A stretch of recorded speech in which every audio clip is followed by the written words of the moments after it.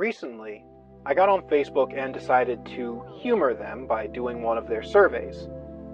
Near the end of it, I was met with this question. Over the past few years, I've been slowly stepping away from places like Facebook because I didn't like the person who I was becoming. Now, hopefully this video doesn't come across as me sounding like I'm above everyone else. Lord knows I'm not. What I will be doing in this video is going over personal experiences, then transitioning over to substantial evidence and testimonials from people who have worked on and or for Facebook, who state that there are negative side effects to prolonged use on this platform. If the thought process that went into building these applications, Facebook being the first of them to really understand it, that thought process was all about how do we consume as much of your time and conscious attention as possible. And that means that we need to sort of give you a little dopamine hit every once in a while because someone liked or commented on a photo or a post or whatever. It's a social validation feedback loop because you're exploiting a vulnerability in human psychology. The inventors, creators, and it's me, it's Mark, it's the, Kevin Systrom at Instagram, it's all of these people, understood this consciously, and we did it anyway. I can remember starting my journey with Facebook with a simple intent of just keeping up with my friends. I think a lot of us started with that intent in mind, but can we really say that that's where we are now? I know I can't.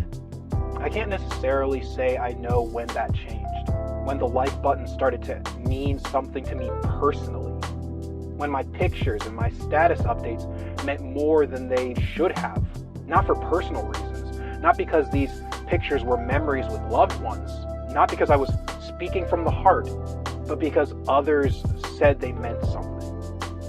I knew this because I never really cared for anything that I was saying or anything that I posted that didn't have a like or a comment on it. Something affirming that it was good, that I did a good job, that I said something right.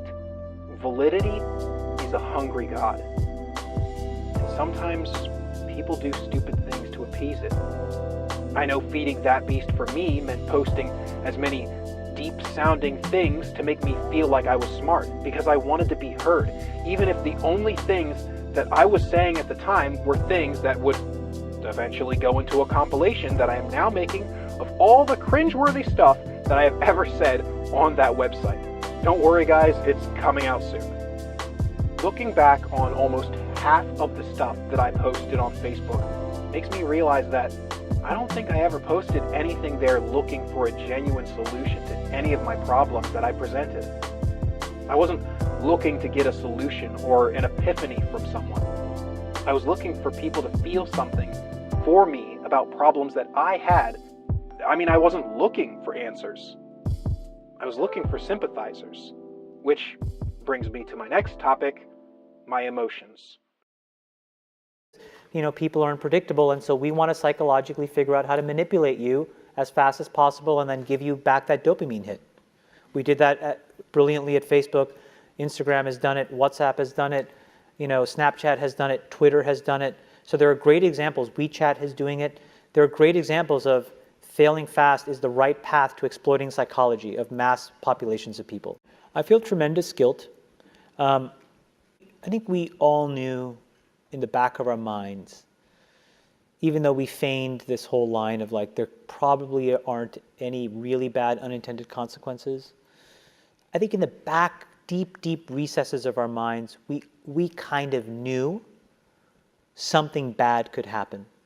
But I think the way we defined it was not like this.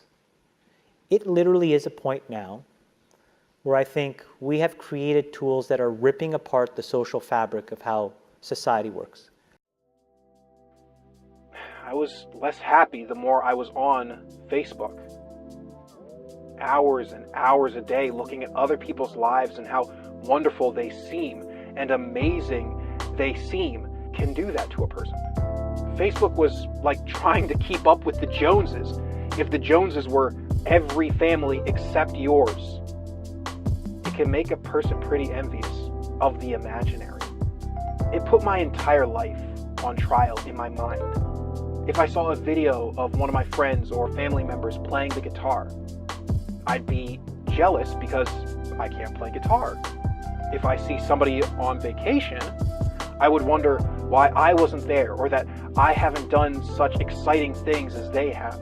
Before, I was comparing myself to my peers that I met on a day-to-day basis and past records that I had overcome. Now, I was comparing myself to everyone that I had literally ever met. It even affected my relationships and sometimes lack thereof. If I didn't have a girlfriend, why couldn't I have a girlfriend if this person who I deemed lesser than me could? Hence the origin of my nice guy issues, which is another video that I am going to make. Don't worry guys, that one's coming out too. When I did finally get a girlfriend, I was comparing my girlfriend to everybody else's girlfriend and every girl that I had ever known and every relationship that I had ever seen. She wasn't kind enough like Becky. She didn't have the eyes like Jessica. She just didn't like to play video games like Sarah. Jason and Jamie are so happy in this picture, a lot happier than we are together right now. So she wasn't good enough. I wasn't good enough. Nothing was good enough. And you can imagine how that made me feel. If you feed the beast, that beast will destroy you. If you push back on it, we have a chance to control it and rein it in. This is a global problem. It is eroding the core foundations of how people behave by and between each other. And I don't have a good solution. My solution is I just don't use these tools anymore. I haven't for years. It's created huge tension with my friends, huge tensions in my social circles. There was a hoax in WhatsApp where in some village in India, people were afraid that their kids were going to get kidnapped, etc. And then there were these lynchings that happened as a result, where people were vigilante running around. They think they found the person, and I mean, seriously? That's what we're dealing with. It's a really, really bad state of affairs.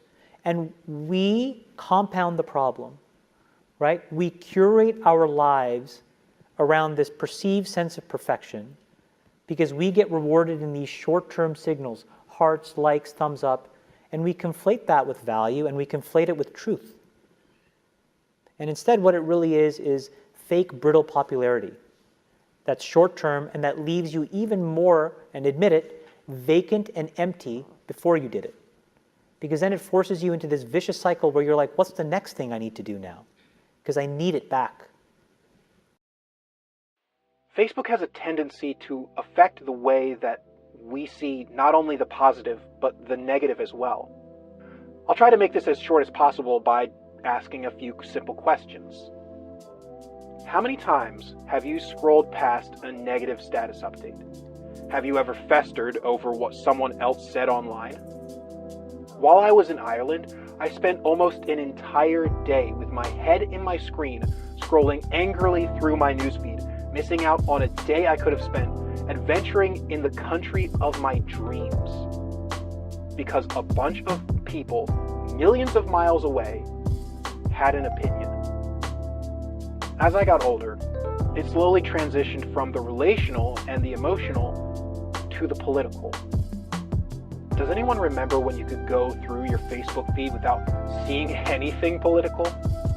Does anybody remember a time where Facebook wasn't so polarized by the blue or the red, or claiming that everyone was the enemy who didn't agree with you?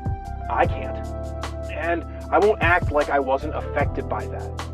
I felt afraid to open up about my opinions and beliefs. I started hating the people who disagreed with me and strawmanning their opinions. I didn't want an open dialogue with other people if they were going to behave the way that they do on my Facebook feed. And did you hear what Jeff said about so-and-so and such and such? These people were my friends, are my friends. But because of this one dumb website, I didn't even want to socialize with some of these people anymore. I remember a time where I could sit in the same room with another person that I completely disagreed with, and they would sit there with me too. Now everyone has to be the enemy if they disagree, and the unfriend button is just a click away. But everybody else has to soul search a little bit more about what you're willing to do, because your behaviors, you don't realize it, but you are being programmed.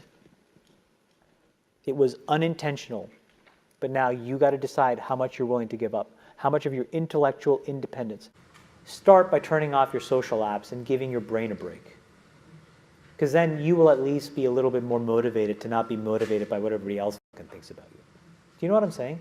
It's hard. Think about how all this stuff plays together. How does trying to get, posting your fucking waffles online relate to me starting a business and accumulating capital? This is wiring your brain for super fast feedback. It's the same brain you're using to build a company. Don't think they're not the same. You have one brain. So you're training your brain here, whether you think it or not, whether you know it or not, whether you acknowledge it or not. Acknowledge that these things where you're spending hours a day are rewiring your psychology and physiology in a way that now you have to use to go and figure out how to be productive in the commercial world. So if you don't change this, you are going to get the same behaviors over here. Change this. There's a reason why Steve Jobs was like anti-social media. Whew. So, that was all the personal stuff. My final point is one based off of evidence. A lot of people might think that this is going into the realm of conspiracy, but hear me out. There's clear enough evidence that Facebook has been manipulating what you see on your newsfeed and trying to elicit an emotional response by manipulating your emotions. On June 17th of 2014, a research paper was released entitled Experimental Evidence of Massive Scale Emotional Contagion Through Social Networks. It documented research done over 500,000 Facebook users' news feeds. Its purpose was to gauge whether emotional contagions occur outside of any in-person interactions between individuals. How did they do this? By omitting certain posts off of certain users' news feeds based off of the emotion displayed in them. Now, this content was available on that person's walls or their timeline, but you would have to go directly there to view it. The result of the experiment was, well, obvious. People who viewed more positive posts have a tendency to post positive things, whereas people who saw more negative posts have a tendency to post more negative things. But that's not the point that I'm getting at. The point is, Facebook manipulated over 500,000 users to elicit a specific response. Think about the people who might have been affected by that. And not just that, but who's to say they aren't doing that right now? I don't know about you, but that's disturbing to me. If you'd like to see the entire paper, I'll leave a link down in the description. I highly suggest giving it a look. It's very, very interesting. At the end of the day, do I think that you need to get off of Facebook entirely? Maybe. I'm not, but I've noticed the further that I get away from it, the more positive I feel. The more I'm engaged with people who I'm actually interacting with. The more I'm sympathetic to people who have opinions that aren't necessarily going along with mine. The more I'm actually doing research on the things that I believe and the things that other people believe. For me personally, I feel like I grow more when I'm not on Facebook. I think Denzel Washington said it best, so I'll leave you with a quote from him. This is Rational the Radio, and I'll see you guys in the next video. Put the thing down. Look up. You're missing stuff. What is the long-term effect of too much information? We don't know, but we're finding out. I know in my country, the polarization of the electorate, a mean-spiritedness. We've gone from radio presidents to television presidents to internet presidents to BlackBerry presidents to a Twitter president. Where are we going? And I'm not just knocking that man. I'm talking about all of us. Can you put it down?